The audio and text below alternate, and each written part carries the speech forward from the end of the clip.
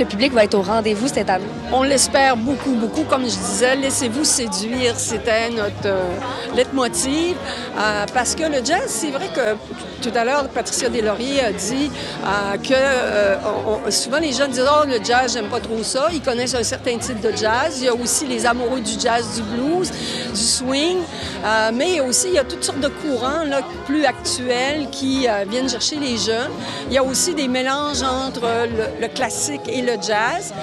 Donc, on en a pour tous les goûts. Puis, disons que la programmation a été faite en ce sens-là. Donc, d'attirer un public jeune, moins jeune, les amoureux du jazz, ceux qui sont plus pointus dans le jazz plus actuel. Donc, il y en a pour tous les goûts. Il y en a aussi, il y a la billetterie, mais il y a aussi beaucoup de spectacles gratuits.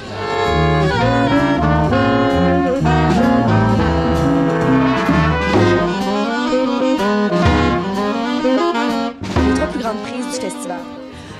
Ça, c'est difficile parce qu'on voudrait toutes que ce soit des prises, mais je dirais Tord Gustafsson, qui est assurément un des plus grands pianistes de jazz en ce moment sur l'étiquette ECM puis sur la planète jazz. C'est un pianiste norvégien, c'est sa première fois à Québec, donc ça, c'est vraiment une grande prise.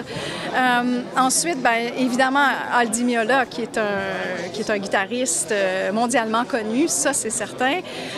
Et des primeurs, des shows que vous verrez nulle part ailleurs qu'ici.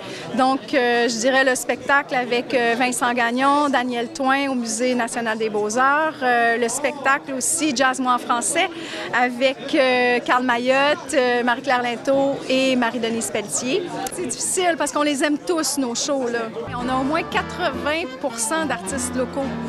C'est très élevé pour nous parce que c'est ça qui est important. Mais en même temps, si on ne faisait pas d'international, ça brillerait pas aussi. Et c'est ça le mélange qui est important de garder, je pense. Alors d'avoir des musiciens internationaux qui brillent et qui font comme les gens font « wow », on peut attirer aussi un public international, un public qui va voir des festivals de jazz un peu partout dans le monde et les amener à aimer nos artistes d'ici et à les découvrir. Alors pour nous, c'est ça qui est important.